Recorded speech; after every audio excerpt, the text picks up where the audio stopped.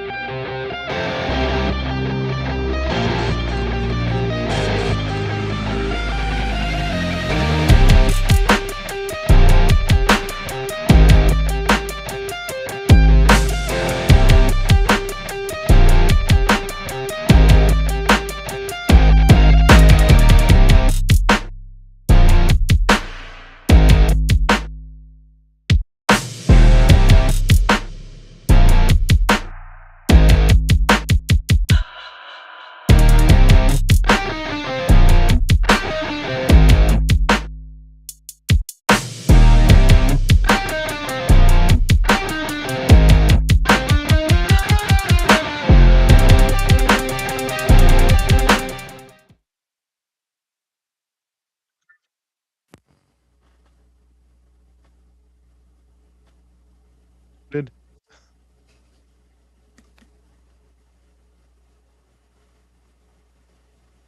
what are you up to, man? You Not hear me? much. I couldn't figure out why I couldn't hear you at first. My mic was working this time, so That works. Might have just been me. I might have messed with the audio or something. well, this week we're diving into high stakes stretches of racing that's centered heavily on the Lone Star State.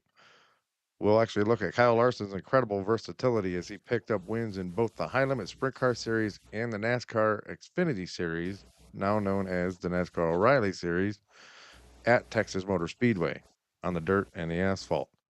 We also cover Chase Elliott's emotional return to the victory lane in the Cup Series and the chaotic pit road incidents that reshaped Sunday's finish. But finally, we'll check in on the World of Outlaws as they were supposed to kick off their spring swing through the Buckeye State. But unfortunately, that was canceled due to Mother Nature yet again. But to help us do all this, we have a special guest tonight, Jason. Let's bring him on. Hey, He's Jason, how's it somewhere down going? here. There it is. Hey guys, how's it going? I didn't say the last name because I didn't want to mispronounce it. I didn't know if it was Switzer or Schweitzer. You can say either one. People say all the time. But I'm excited to finally put a voice with a name on our comment section. Jason has been a huge contributor to our comment section, and he's also been, interactive during the video previous episodes. So it's nice to finally have him on. Well, thank you so much for having me, guys, and it's good to meet you guys finally. And look forward to talking racing with you fellas. I'm excited about so, this episode. so we actually have you coming on next week as well to do an IndyCar 500, an Indy 500 pre-race show. Especially since we don't really follow Indy a whole lot, it'll be great to have someone to actually help us out with that. Well, I will definitely look into my homework and I'll get some notes together and fill you in as much as I can. I like him already. He's already doing his homework on it. I love it. That's what it's all about, huh? I do my homework like an hour before we go on. Apparently, I only did Uh, mine about 10 minutes for our episode. hey, Um, whatever works, right? As long as we got what we need. A little assistance, and it's all it took. So, well, I'll get the dirt stuff out of the way, and then I'll let you guys have at the NASCAR stuff because I didn't really watch a whole lot, just some highlights. So, oh man, where do I start?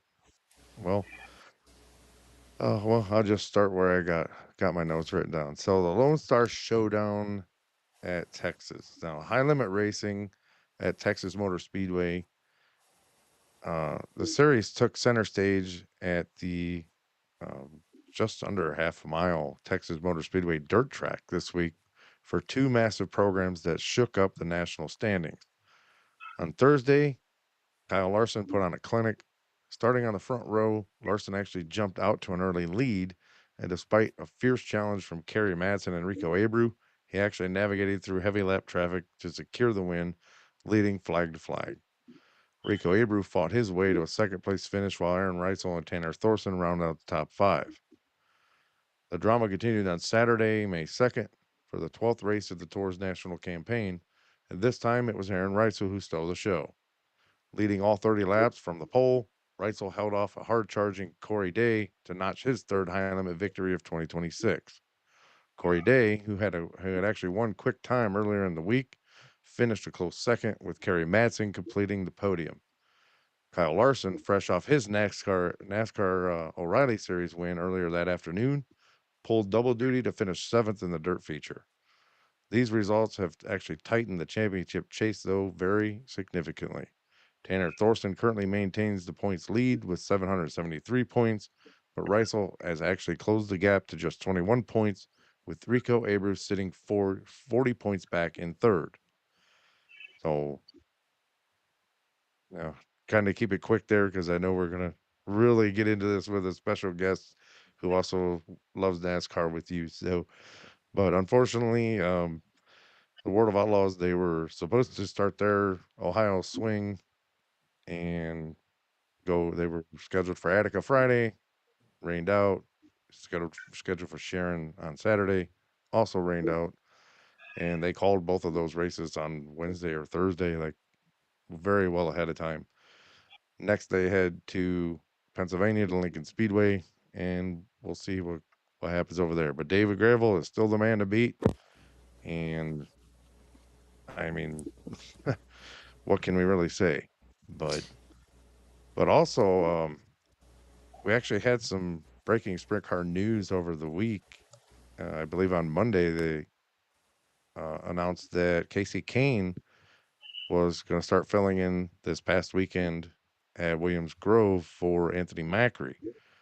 So we haven't seen Casey Kane in the sprint car in well over a year since uh, the whole team pretty much kind of pulled back and was focused on Brad Sweet finishing out his final year last year full time with Casey Kane Racing. But I didn't really see where Casey finished at this week, but just wanted to get that out there. So anyone who loves Casey Kane in his sprint car, he's actually slated to drive for at least 10 races. So we'll see how he does.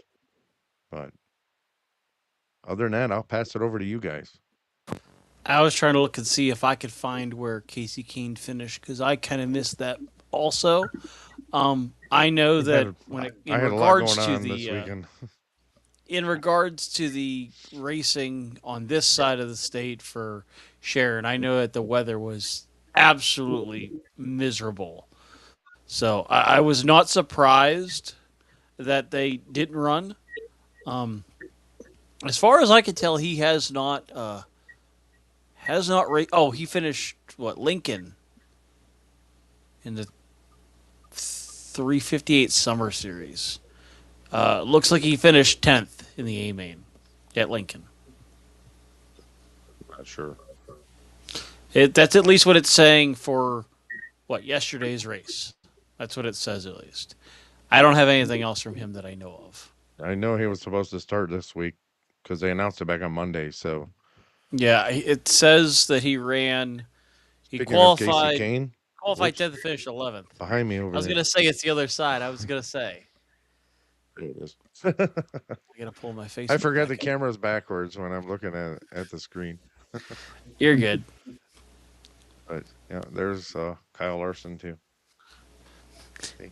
Yeah, eventually I'll have to show off my new backdrop that I finally set up this week.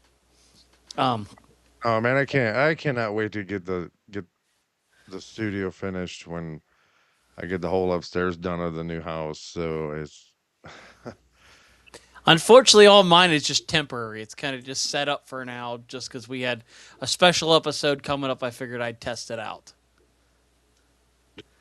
right now in my bedroom, and it's just really cramped up in here. Oh yeah. I forget. Was I supposed to be starting NASCAR now? I didn't mean to interrupt your dirt stuff. No, it's all good. No, I'm finished up. I just kept it short, sweet, and to the point, so All we right. could just get it over with.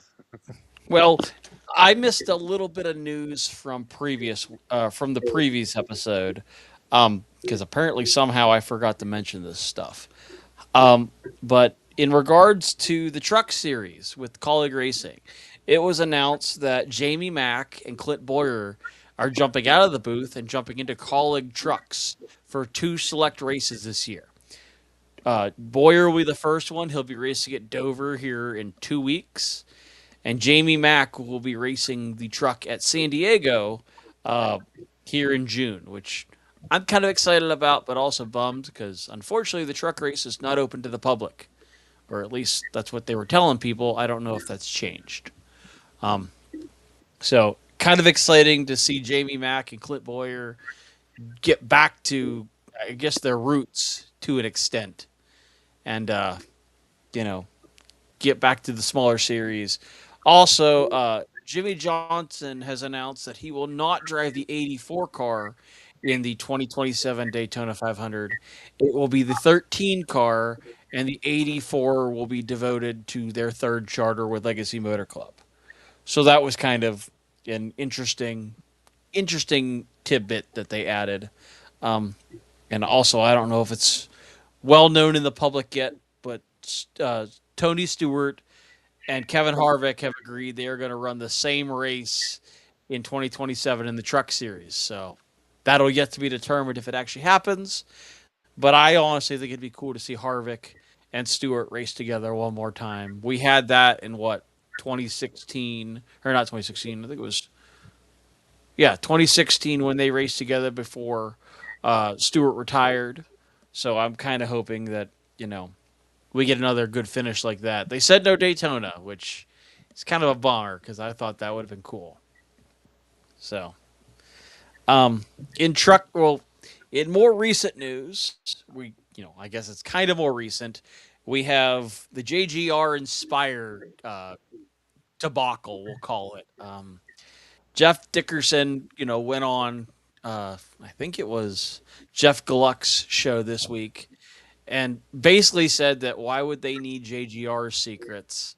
They have, a competition partner that has 300 and some wins, and he's referring to Hendrick Motorsports. I mean, he does have a very valid point. I don't know why they would need JGR's input, but Denny, I guess, took exception to that and lashed out at another podcaster on online, which I thought was very interesting. For those of you who watch Matt from Breakhard, Matt had made a comment on something on X, and he basically quoted Denny, which I remember the quote being made. It was pretty funny that when Matt quoted him, Denny just straight up called him an idiot.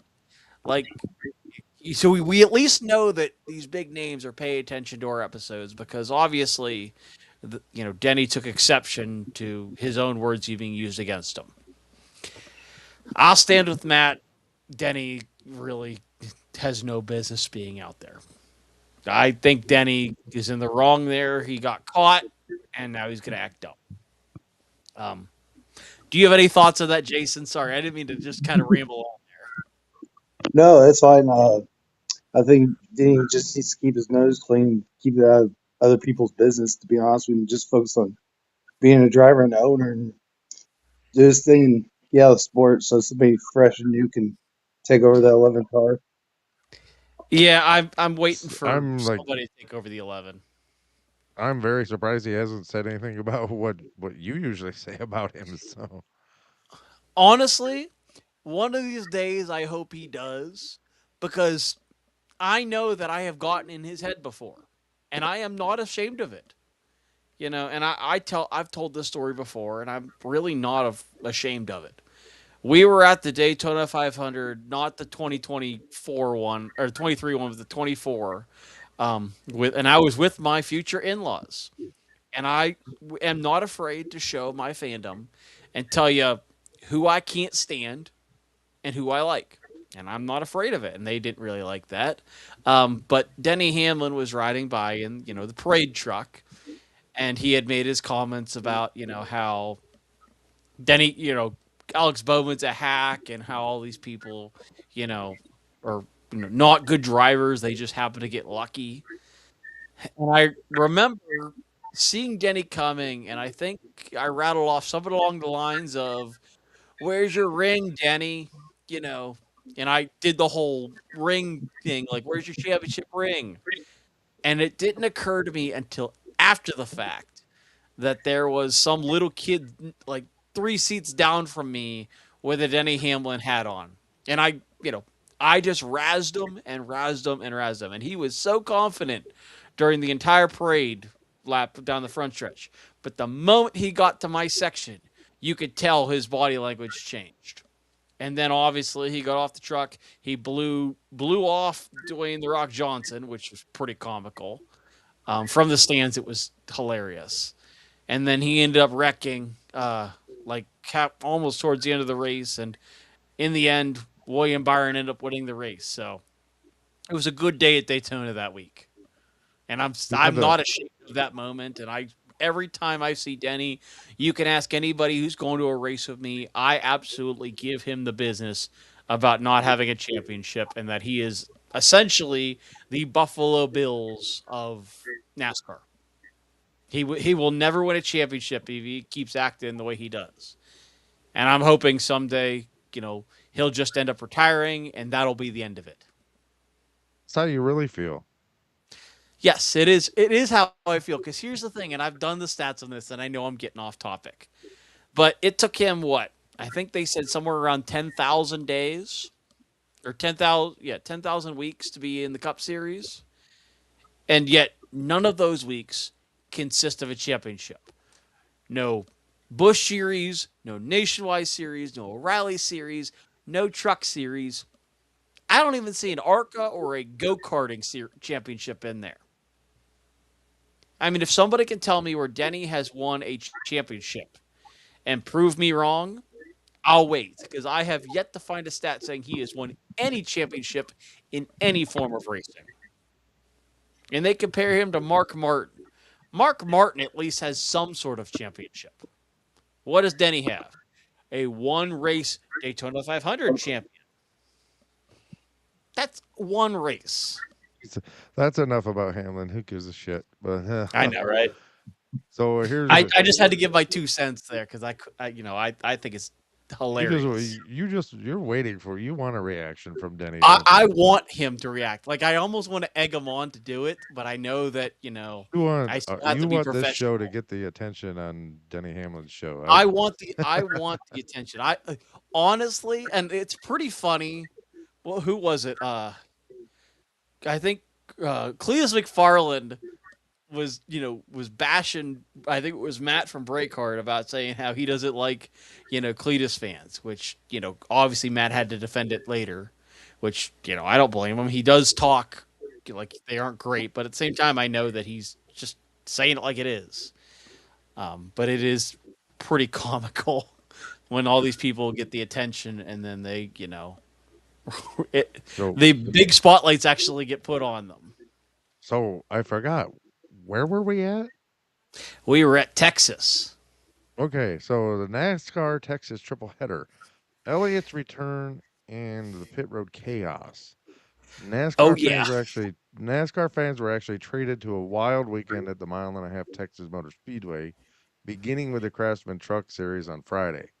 Carson Hocevar, who actually won his first career cup race just last week, continued his hot streak by taking the pole and the victory in the Truck Series event.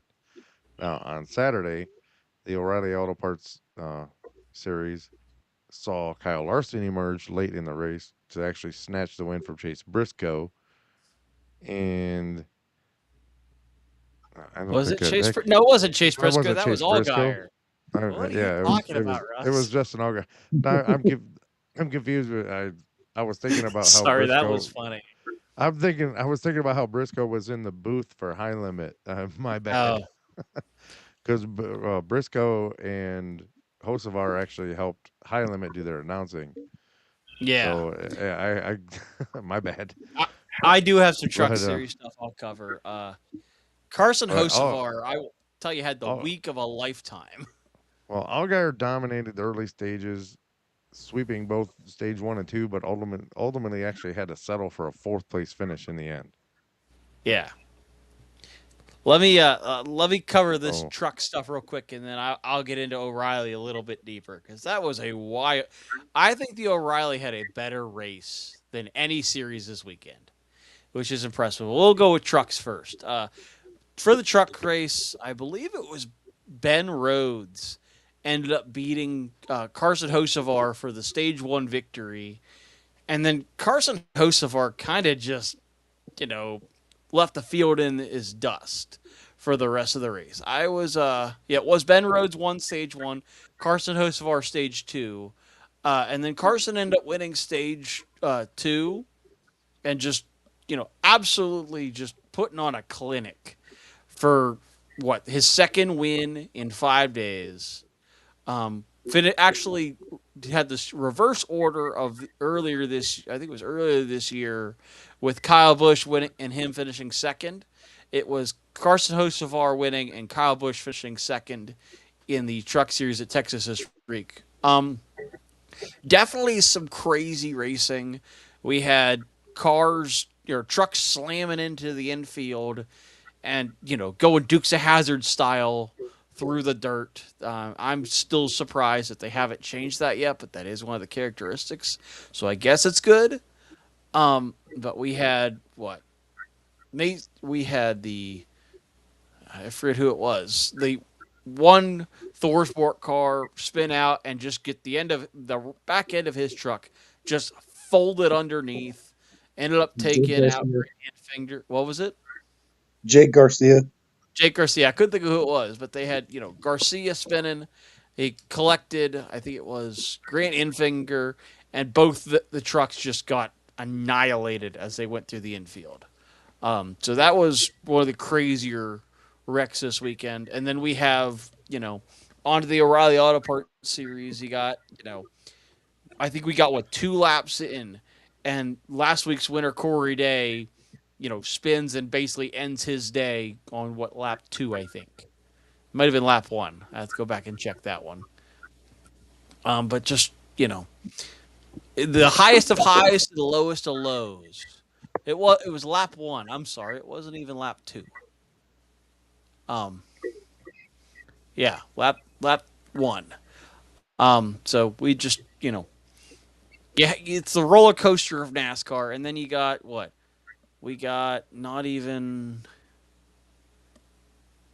6 laps later, you got Mason Maggio spinning to the infield, and then from what I can only imagine, he took Harry Hyde a little too seriously because he hit everything else. He was going to try to be perfect and just about cleaned out the pace car. Now, I'm not one for taking dog. movies seriously, but that might have been the fastest hands I've ever seen in NASCAR from that O'Reilly pace car driver. That was some wreck avoidance right there. That puts a lot of cup drivers to shame right there. That was a wild sequence of events. And then, you know, if that wasn't crazy enough, we have a 4 car battle for the win in the O'Reilly series. I believe it was between Connor Zilic, what was it? Connor Zilic, Kyle Larson. I'm trying to think who the other ones were. That was that one. Either way, they had a wild battle. Oh, there it was. Kyle Larson, Brent Cruz, and Connor Zilic, along with Justin Allgaier, all just battling hard on lap 103 of what 200. Three or 4 cars battling for the win, just beating the stuffing out of each other, coming through the tri-oval, which for those who have seen the race this weekend, turn 4 was the trouble spot. So the fact that they all held on to it through the tri-oval was quite impressive. But Kyle Larson ends up going on to win the race, and Connor Zilic ends up getting a flat tire with what was it? I think it was. See if I can find it now. I think it was shortly after. Lap 136 had a flat right front tire from the battle, and ended up finishing. I think it was 16th. I think I forget now, but I forget what I was saying from there. Um, See you going back and forth with Jason like you're supposed to. I'm trying.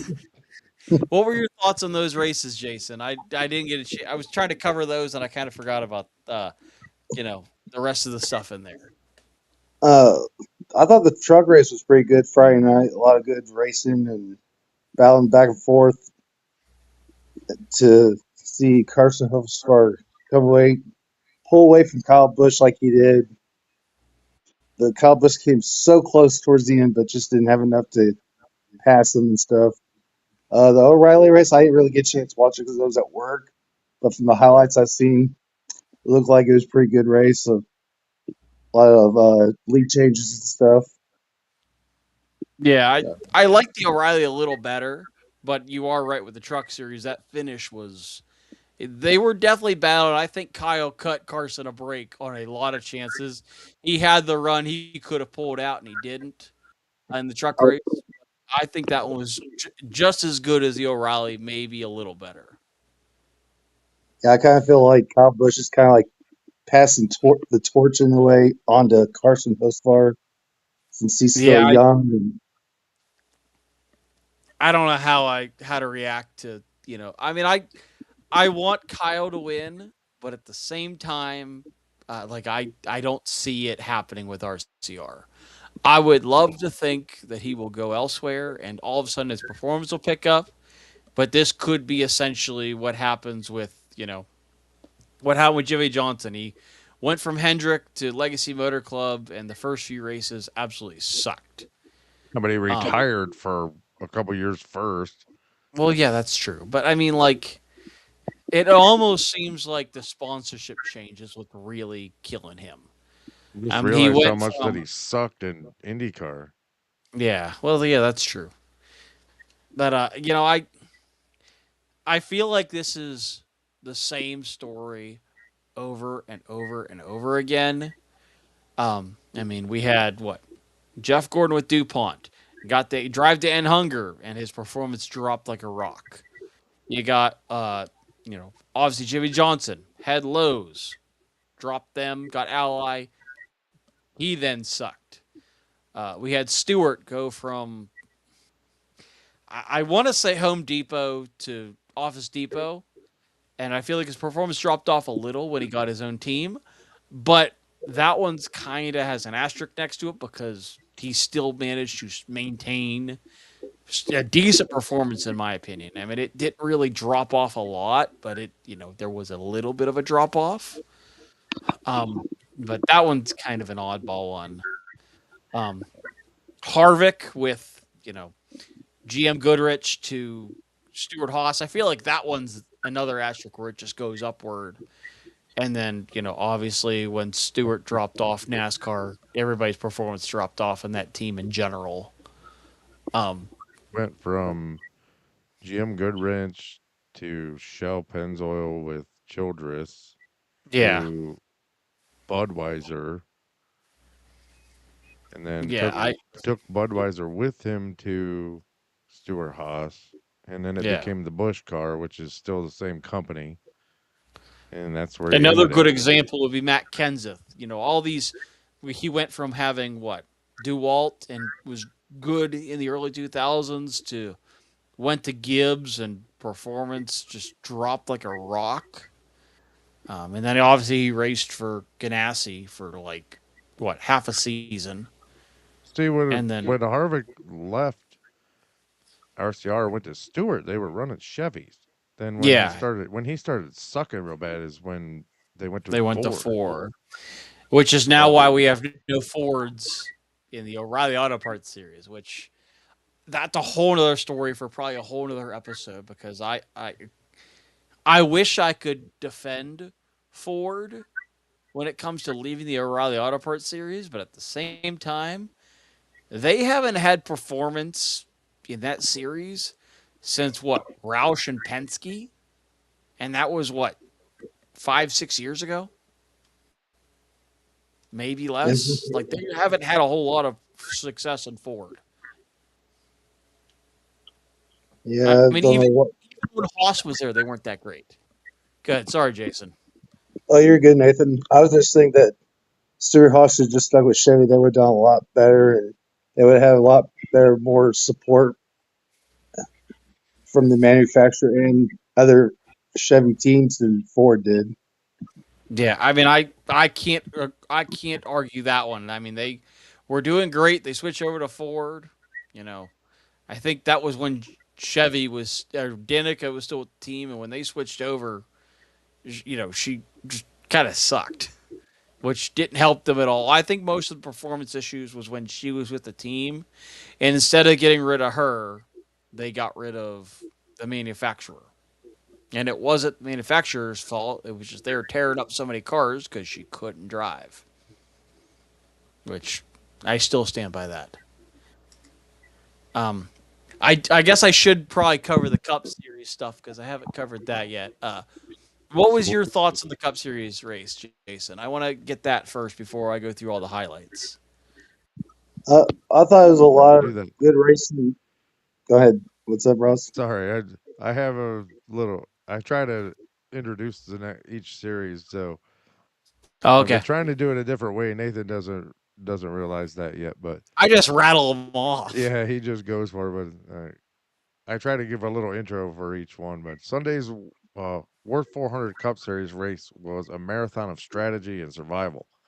Chase Elliott led a race high 87 laps to claim his second win of 2026, and he surged to a stage two win and then held off Denny Hamlin on a late restart to win just by just over 4.4 seconds. Excuse me. The race was actually marked by significant pit road drama. On lap 93, Joey Logano's day ended when he collided with Cole Custer, and Custer had actually stopped abruptly to avoid another car exiting its box. In a separate incident, though, Kyle Larson and Chase Briscoe made contact while trying to navigate their adjacent pit stalls. Despite chaos, part-time driver Corey Heim impressed by actually leading 69 laps for 2311 Racing before finishing as a strong contender throughout the afternoon. All right, that's my spiel. You guys go for it. I stage one, I was actually quite impressed. Eric Jones scored his first career Cup Series stage win, I believe, if I'm reading these correctly. Ended up winning his first career stage, which when we get to the end of this, there'll be the tale of two different teams at that point. Um, so Eric Jones wins stage one. Chase Elliott won stage two after surging past Brad on fresher tires. Excuse me, on a one lap dash. Um, we had a bit of a fluky first crash. Uh, Christopher Bell and Denny Hamlin were battling for the win, battling for the lead, and just in front of the leaders, Todd Gilliland spins and kind of just ended up right in Christopher Bell's lap. Had Christopher Bell probably been about another, I don't know, 5 feet to the left, he probably would have survived, but he would have hit the infield grass and destroyed the car. So Todd Gilliland spins, clips Christopher Bell, and basically ends Bell's day in stage one on the spot.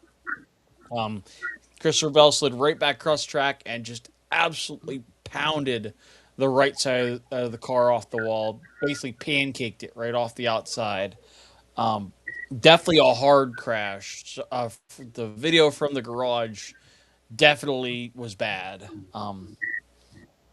And then a short time later, I know Russ's favorite driver, unfortunately, had a bit of a crash where he just spun during stage two.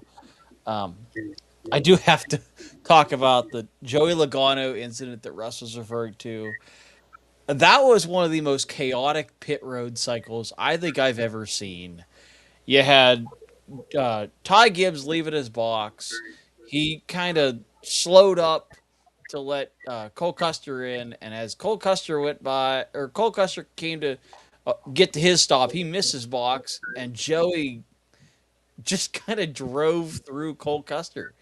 I mean, Joey cited there was, kind of a miscommunication on the radio. There was a lot going on, and I don't know if I've ever seen a car drive through somebody like that. I mean, I guess it's possible, but like he hit him so hard it picked the wheels off the ground. It picked Joey's wheels off the ground. He hit him so good. It kind of shades of Chris Wright last year at Daytona. I had to make that reference. That was my favorite. That was the best way to describe that is Denny or not Denny. Joey just blew through Cole Custer. He hit him so hard it would have crushed the car into Custard. I gotta put some sort of puns in there. That was It was a all I could come up terrible with. joke, Nathan. That I was am terrible. terrible. Hey, I wonder if they'll sell discount tire themed uh, custard at Andy's Custard this week, which was Cole Custer's sponsor. Hey, I have to have a little fun with this stuff. That was probably the funniest part about the entire race is how hard he hit him. His name's not Custard. It's just Custer, though. That Yeah, doesn't work. it have It doesn't discount, but it work. was discount tire brand custard at Andy's Frozen Custard, which was a Cole Custer sponsored this week. I was thinking outside the box there. Andy's Cold Custard, I want credit for that. Unlike Joey Yeah, Logano, I'm thinking inside the I box. quit. Uh, and then we have Corey Heim, which I was quite impressed with him. He really does it. He seems to be just the third car at 2311, which I guess I always seem to forget that Riley Herbst does exist, along with everybody else in NASCAR. Where's he been? I haven't heard much about him this year. Riley Herbst just doesn't exist in NASCAR, it feels like. He's there, but he's not. He's like a ghost. Always ends up not really doing anything, which is not great. So we have the 23, the 45, and the 35. What car is? Do we have a fourth car? Or was Corey he filling Heim is the in? 67, Oh yeah. Okay. I don't which know, makes Dad. me Like I said, laugh. You got the I haven't 23, followed you got NASCAR the in about a month. 45, and then you got the 67.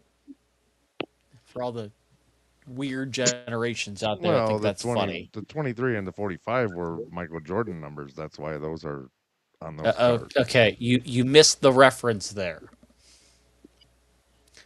You got the 23, you got the 45, you got the 67.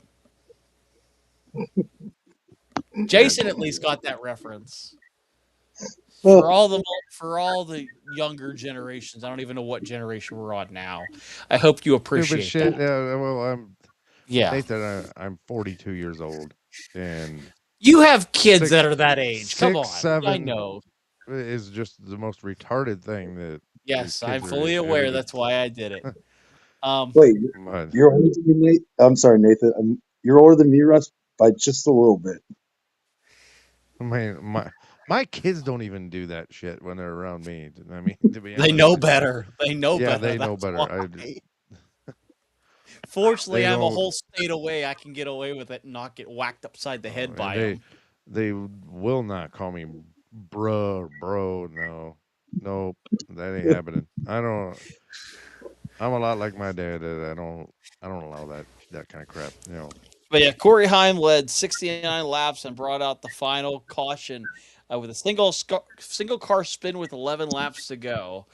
So, I mean, I guess they couldn't go too far without a whole lot or something bad happening.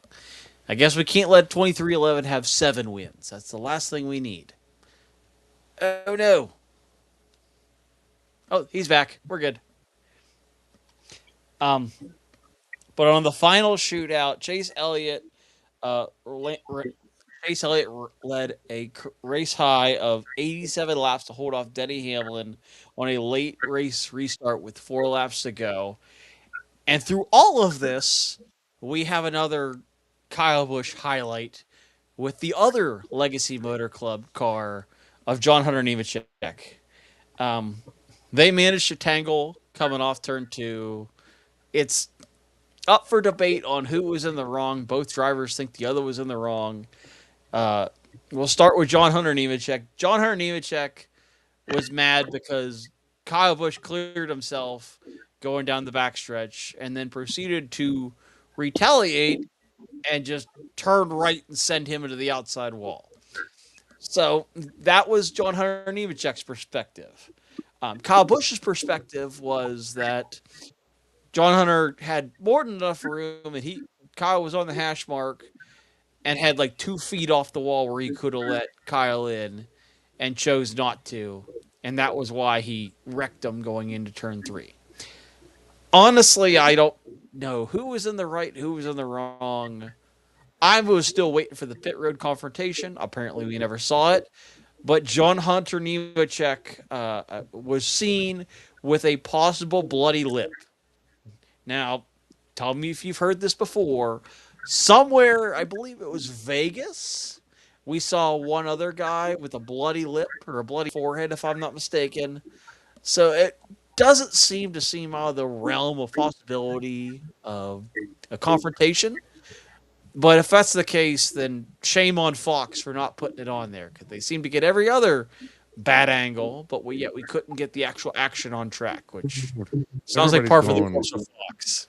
Everybody's going to this not showing the violent stuff and this take fighting out of hockey Too kind of shit. soft, too soft. Anyway, But yeah, for the final top 10, final results of top 10, we had Chase Elliott, we had Denny Hamlin finishing second, Alex Bowman finishing third. Is quite impressive to me. I think he's had one bad race since coming back at Bristol. I think he had a bad race actually at Bristol, and everything else has kind of been, getting better. I mean, I was kind of surprised that he, you know, didn't wad it up at Talladega. I think he did pretty good there. Then we got Tyler Reddick. Thank goodness he didn't win another race. It's the last thing I need to hear about. Chris Buescher finished top five. Daniel Suarez, who started on the outside front row, finishes sixth. I actually had him as my pick to win the race. With Spire's recent performances, I was very impressed, and I was kind of hoping Daniel Suarez would rattle off another one just to kind of shut up JGR. Couldn't get that this week, but we got another Chevy team, so I'll take it. Uh, Speaking of Carson, he finished seventh. William Byron finished eighth. Bubba Wallace finished ninth, and Ryan Blaney rounds out the top 10. Which, after another week of losing spots on pit road, I would chalk that up to a win for Ryan Blaney because he just has had no luck. Either that or no pit crew. We're not sure which yet. So that was my highlights for that. I do have a little bit of an update on the Biffle situation. As many of you yeah, know, this is crazy. this is one of the wilder stories I've heard. We have an update this week. This was I got some of this information from Matt from Breakard, so I want to make sure I give him credit for this. Um, Apparently, it is rumored that the Biffle burglary incident was an inside job. The From the surveillance video, they've identified a person, but there has been no name provided. They've just identified him. But Somebody the dropped a person, name. I think it was on Door Bumper Clear or something. oh, I didn't see it. That part I missed. They didn't But drop any last names, but they dropped a guy and a girl's first name. oh, I didn't catch that. I don't remember But exactly what they either were. way, from the surveillance video, they were seen basically they worked their way around the house like they knew the house layout very well. They knew where the closets were, they knew where the firearms were, they knew where the safes were. So it makes you think it was an inside job. And then on top of that update, we have an update that there was a lawsuit against the Biffle family from the Dutton family. Now, for those who aren't aware, the Dutton family was the father and son that were flying the plane, and they're alleging that they filed a wrongful death lawsuit, I believe it was, against the Biffle family for $15 million each for negligence of taking care of the plane. Basically, they're alleging that Biffle did not keep up with the maintenance records on the plane. The altimeter, I think I said that right, was not functioning, so they couldn't tell how far off the ground they were. Um, so they're alleging they're trying to get $15 million each for Jack, and I forget what his son's name was, um, for wrongful death over Jack negligence on and the plane. Jack and Dennis. Dennis, I couldn't. So it was Jack was the And son, probably. that's against the Biffle estate, not the Biffle family. But Okay, it is the estate. I'm sorry, I got that wrong. But and it's just to add to wild to me. your other one about Biffle, the robbery stuff for Biffle. Burglar, yeah. Um, I also heard from the same people that dropped the names I was talking about that not even a full 24 hours after the crash and the death announcements, their the bank accounts, Greg Biffle's bank accounts were being drained. And if I remember correctly, there was something about a threatening email or Didn't hear that part, now that but you're gone or something. oh yeah, I don't someone know. did send it like rot in hell I or something like that. Told Yeah, him, now that you're gone, you can rot in hell, which was baffling to me that it wasn't even 24 hours later that and happened.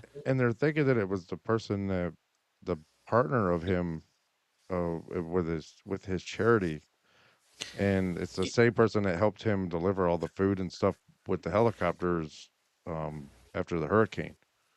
Yeah, and that's why, honestly, knowing all this, I know that I don't even know what they ruled, but it almost makes me feel like there was some sort of sabotage there. And that's why it makes me very concerned that we're not getting the full story here. I mean, in light of, the threatening emails and them knowing, basically seemed like it was an inside job. What is it to say that, somebody didn't sabotage that plane and that's why there was a passing? I honestly don't know what we're going to find out of this. I don't know if the FAA ever released their, findings, but What I understand, the FBI now has launched an investigation into that. yeah, and that's what makes me wonder, was it an inside job, and was there sabotage there? Because from what I understand, if I remember correctly, there was something about people were going and taking stuff from the memorial. Like there was a bunch of stuff that turned up missing from fans that had dropped off the stuff for the memorial site, which is absolutely mind-boggling to me. But I remember reading something about that, like people's stuff that had been donated was going missing, which is very, very odd. Some people. Yeah. I mean, it's a sick world we live in, but that's just wild to me. So what are your takes for this weekend, though, Jason? On all these Yeah, I do races and need to all hear this this news. too. Where do I start? Where do you want me to start, Russ? Wherever you'd like. Wherever you feel comfortable at. I know Nathan kind of steals the spotlight sometimes. I'm Oh, you're sorry, I good. do that a lot. Before I give my feedback on that, I just would mention, Russ, they had a dirt race here Friday night in Indianapolis. The dirt late models, the one that Hudson O'Neill and Ricky Thornton Jr. races in. They had that Friday The night at the Lucas Circle City. score. I forgot about that. Follow late models a whole lot, or anything other than sprint cars, so that's why I don't really mention it. But I mean, you're more than welcome to mention it. I'm just saying that's why I don't cover it because I don't follow them. I'm more of a sprint car fan, so I decided to follow sprint cars. I see a lot of people talking about late models, so I don't see a whole lot of people talking about sprint cars online. So that's why I kind of stick with that. Very interesting. Well, the only reason I mention is because it's like my home track, and I was pretty cool with the result with Ricky Thornton Jr. win because he's one of the drivers I root for. So I did see that. I don't remember what series it was, but guy got suspended for tire doping or got a penalty for tire doping, and all he did was clean the tire with degreaser. He didn't actually dope the tire, but I That's an don't. ongoing thing across multiple different series. I even know about that from racing at Millbridge, is they don't want you to put anything on those tires because it will show up. Some places are even banning grinding tires now. That's why. I mean, I That's guess that and makes sense. that's more specifically certain racetracks, not series. But I know Yeah, there was a local track around here, about an hour away from me. They actually banned even grinding or washing your tires because they on a don't want late to on have a the late headache, model. But which makes anyway, sense. let's let Jason continue. Yes. like I was saying earlier, I thought the truck race was great. Beating Beggin, like the truck series usually produces, was a great finish. To see Carson Hosfar walk out with the win, and then didn't take him as long to try to do his celebration, unlike last weekend at Talladega. Uh, That was pretty cool.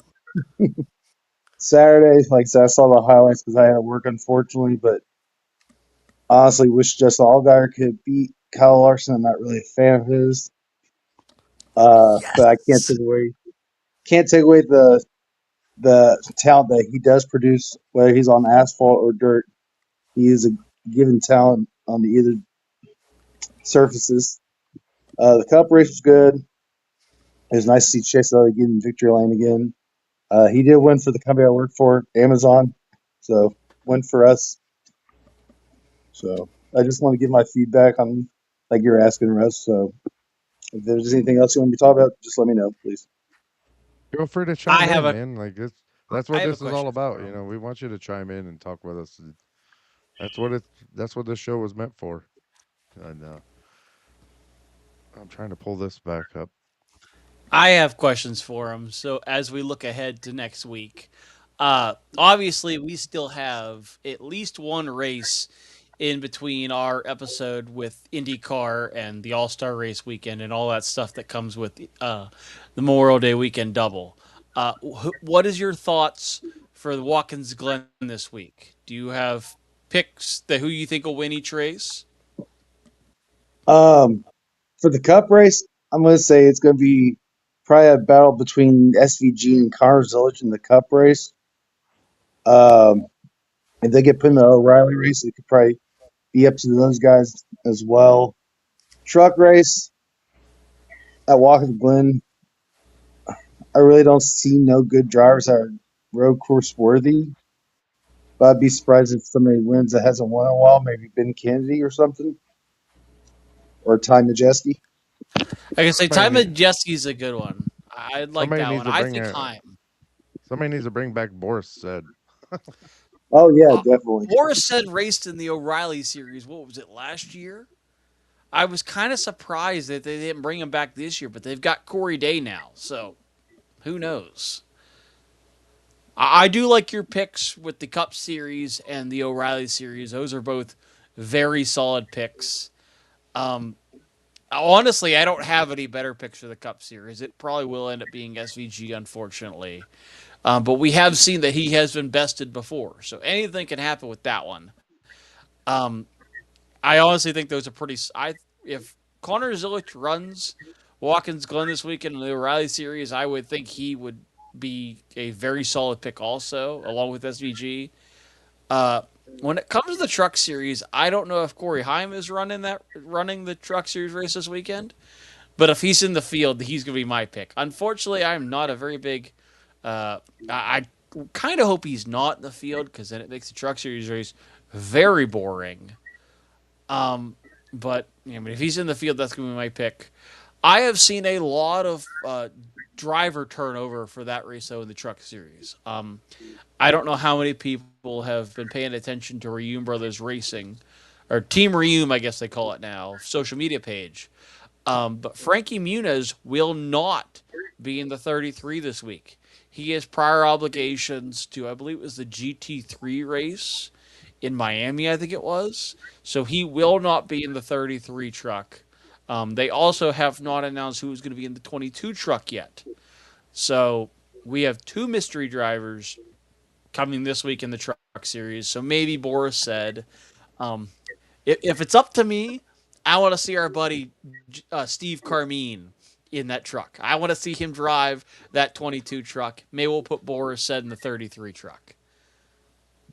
But shout out to Steve. I want to see him drive that truck. Josh, make it happen. Well, there's two bits of advice for car zones this weekend. One, if you win the O'Reilly race, do not fall off the car this year.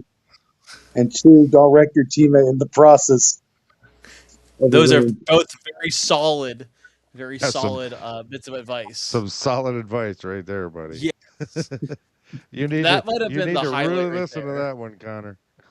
That was that was one of the wilder Oh, highlights I think I've seen. now that I sit here and think about it though, haven't we had in the last three races we've had two first time winners, haven't we? For the Cup Yes, Series? Yes. yeah.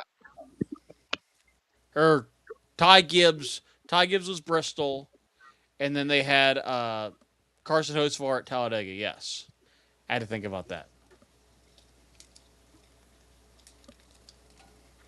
Now, as much as I love Carson Hocevar and how outgoing he is, and he doesn't give a crap, about what people think of him. I love his personality, to be honest with you. But Connor Carson, you're not quite ready to take the microphone on a full-time basis as a pit reporter for dirt racing. So, Uh-oh. Russ is gonna but have to it fill was, me in on this but one. it was still awesome to see you there doing it. And even though you don't know much about the cars or dirt racing, according to what you were saying on the air Saturday, awesome job for just kind of winging it, man. And it was interesting to see there. And it was great to see people from a different genre of racing in our side of the sport on the dirt and trying to help out and do the best they can with the knowledge that they do have. So awesome job to those guys, him and Briscoe up in the booth. They joined Chase Robin, so we had the Chase and Chase show up in the booth. But it, it was it I'm was gonna a, give a it was shout it out to was NASCAR interesting. on their advertising skills for Carson. That might have been the best summary of Carson Hocevar I've ever heard of, because they covered every inch of his social media presence, and it was rather entertaining. They had everything from the iRacing to the I forget what they called the thing they did. They did the next gen or whatever it was for the next. They did Corey or Jesse Love, Raja, and Carson. They did that one. That I liked some of the stuff they pulled from that. They did a bunch of Cletus McFarland highlights that featured Carson. Um, a lot of tidbits from his interviews, which was pretty comical. They basically parched and pieced together an entire commercial of just Carson Hocevar highlights. And that might have been the best summary I've ever seen of Carson before. They've given him all these different names throughout his career, which the fact that he won in less starts than any other driver in the current Cup Series field, including Hall of Famer Mark Martin, is absolutely insane. I mean, he beat Tyler Reddick to the first win by one race. I believe Tyler Reddick took 72 starts. Carson only took 71. I believe that's the case. I think that's the correct number. But that is just an insane stat that he beat Tyler Reddick, Kyle Larson, Chase Elliott, William Byron, Mark Martin. I mean, those are some pretty substantial names to win faster than them. In Trying in to see if I can Lars's find the defense, he list. he was racing for Chip Ganassi. I mean, Yeah, but I mean, 71 starts for, or no, it was 91 starts. I think, yeah, 91 starts for Carson Hocevar, 92 for Tyler Reddick. We have, excuse me, William Byron took 98, Chase Elliott and Kyle Larson both at 99, and Mark Martin at 113. So he is one faster than at least four of the current stars in NASCAR. The only asterisk beside those would be SVG, and it's like one start. And he wasn't even full His time at the first, time. right on his first start. But, Yeah, so I for a rookie getting your first win that quickly is kind of impressive, but unfortunately, I think technically SVG has him beat by a pretty substantial part, but also his average finish in the other races, other road courses, weren't that great. So watching the growth of NASCAR's next superstar has come a long ways, and I'm kind of excited to see how this is going to turn out. I'm kind of waiting to see what track is going to be his next big win, because honestly, super speedways, anybody can win those races. I kind of want to see him win on, we'll say Charlotte, because he was flying last year at the 600. If he can win the 600 in the same year he wins his first career race, would be insane. I mean, I'm pretty sure they showed a stat earlier today that the amount of time it is between first win and second win, and obviously Ty Gibbs and Carson are on the clock for that. But if Carson were to win the Coke 600 after he did so good last year, that would also set a record also between first win and second win. I don't think I'm trying to. I think Tyler Reddick is also the current record holder for that. So if he wins, in what 2 weeks, 3 weeks, that would break Tyler Reddick's record currently, which should be something good to take him out of the headlines because he doesn't need to win seven already. We're not even still, halfway through the year yet. he still didn't beat Harvick for his first Cup start win. And Harvick got That his in was his third race out. three race. Well, actually, I think it was. I think it was technically. I think it was four. No, it would have been third. Yeah, because he had two cup. He would have had two cup starts prior to that first start. It was the first race, or it was the fourth race of the season, but Harvick's third start. Oh, I thought he had ran a cup race the year prior, like in one of those one-off rides. I was just talking about that season, to be honest with you. But Yeah, I know that it would have. Everybody says it was his third career start. I believe it was technically his fourth, but it sounds better when it's third career start.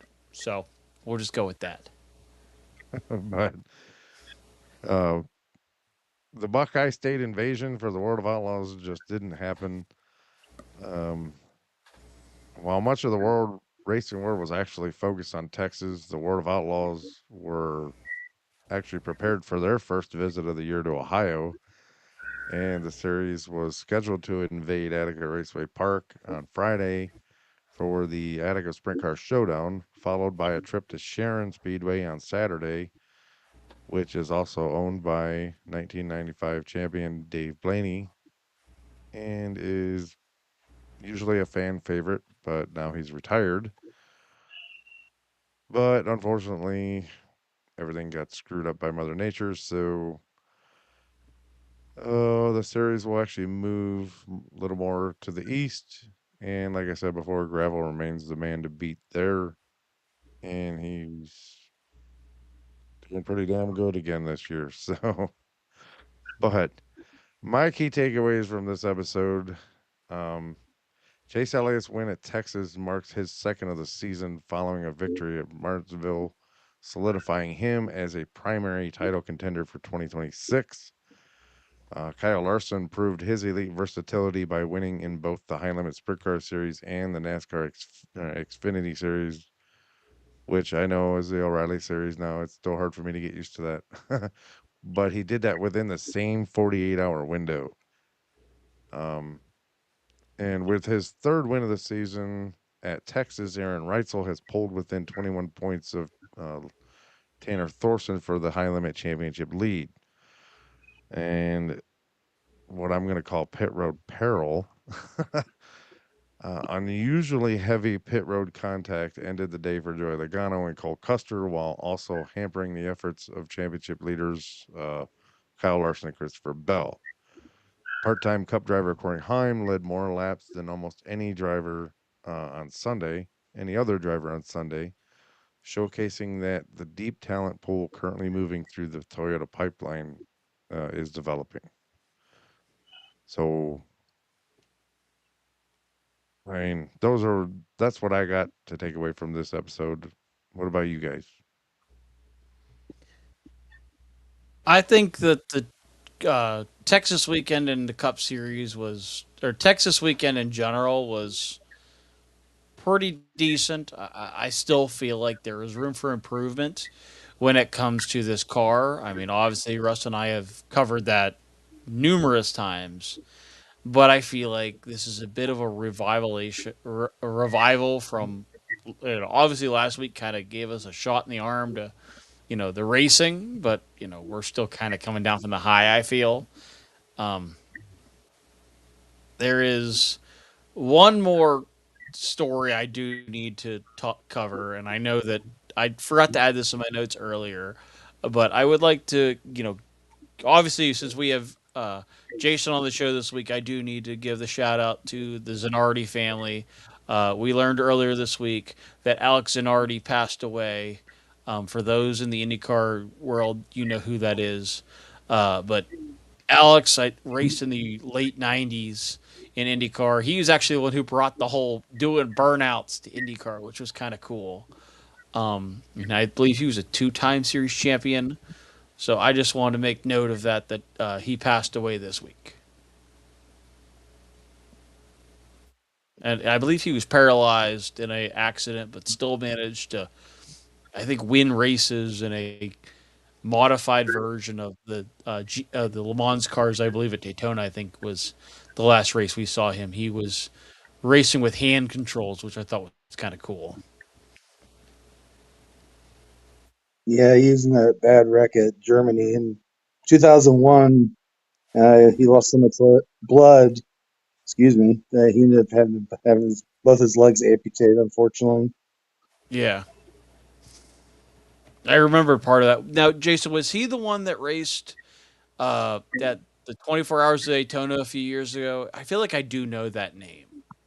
Yeah, he did. I think it's either 2019 or 2020. They did like a whole video special, or they went around with him and he was showing around how he could still drive a car, just how, like you said, how the car was modified to for him to be able to drive, and the Yeah, pedals I were do remember that a little. pretty tragic. He's the reason why I got into kart racing years ago. I still remember like it was yesterday, being a kid and seeing him make that pass on Brian Hurta on the last lap at Laguna Seca in the corkscrew. That was That was pretty pretty neat. cool. I hadn't seen that highlight till the other day. I honestly thought that would have been an illegal move, which nowadays it is. But back then, that was a pretty gutsy move to just throw it in there into a blind corner like that. That was definitely an impressive move. Oh yeah, he'll definitely be missed by all the fans and his friends and family, of course. And I just want to offer my thoughts and prayers and condolences to the Zanardi family. Yeah, same here from Breakheart or not Breakheart, Switching Grooves. I can't And talk tonight. from from all Too of us many, at too Switching many Grooves, different series. uh, we send our deepest sympathies and condolences to that family, and all we can do is remember the great times that you had with them. You know, sorry for your loss, but So, we are pretty much out of time. So the final week of April and the beginning of May, obviously, have actually set a high bar for the rest of the 2026 season. We're seeing a fascinating mix of established legends like Elliott and Hamlin holding their ground, while versatile superstars like Larson and young talents like Hyman Day actually push the limits across multiple series. Um, in the sprint car world, the battle between Thorson and Reutzel and Abreu is actually becoming a season long classic. And as the NASCAR Tour heads towards Watkins Glen and the Outlaws prepare for their renewal of the Pennsylvania Posse rivalry over at Lincoln, one thing is certain: the intensity is only going to ramp up from here. But remember, we bring you recaps, breakdowns, and all those insane adrenaline packed moments every week. Whether you live for those sideways mudslinging dirt track sliders or the door banging paint trading action in NASCAR, you belong right here. Hit that subscribe button now so you never miss a finish. And until next time, keep switching grooves. I'm Russ Fritz. I'm Nathan Johns. Go ahead, Oh, Jason. oh, and I'm Jason Schweitzer. And we're reminded you to race hard, Stay safe. and we'll see you there. Good night, everyone. Good night, everybody.